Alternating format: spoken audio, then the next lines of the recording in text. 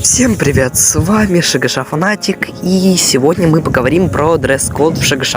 Ну что, начнем. Дресс-код — это одежда, которая должна быть всегда в ШГШ. Это было с 3-го сезона, с 1 по 2 сезон. Они носили любую одежду, и не рубашки. Они носили кофты и худи и так далее. В 3-м сезоне уже была форма зеленая, а в 4-м ведь она тоже была. С 5 по 8 сезон форма была синяя. Вот теперь главный вопрос. Почему Руслан изменил форму с зеленой на синюю? Может, потому что ему не понравилась зеленая, но понравилась синяя? Может, он думал, что с синей формой они станут старше, или что с этой синей формой они смотрятся красиво? Ну что, друзья, мы узнали про дресс-код ШГШ. Может, в 9 или в 10 сезоне они будут носить мерч.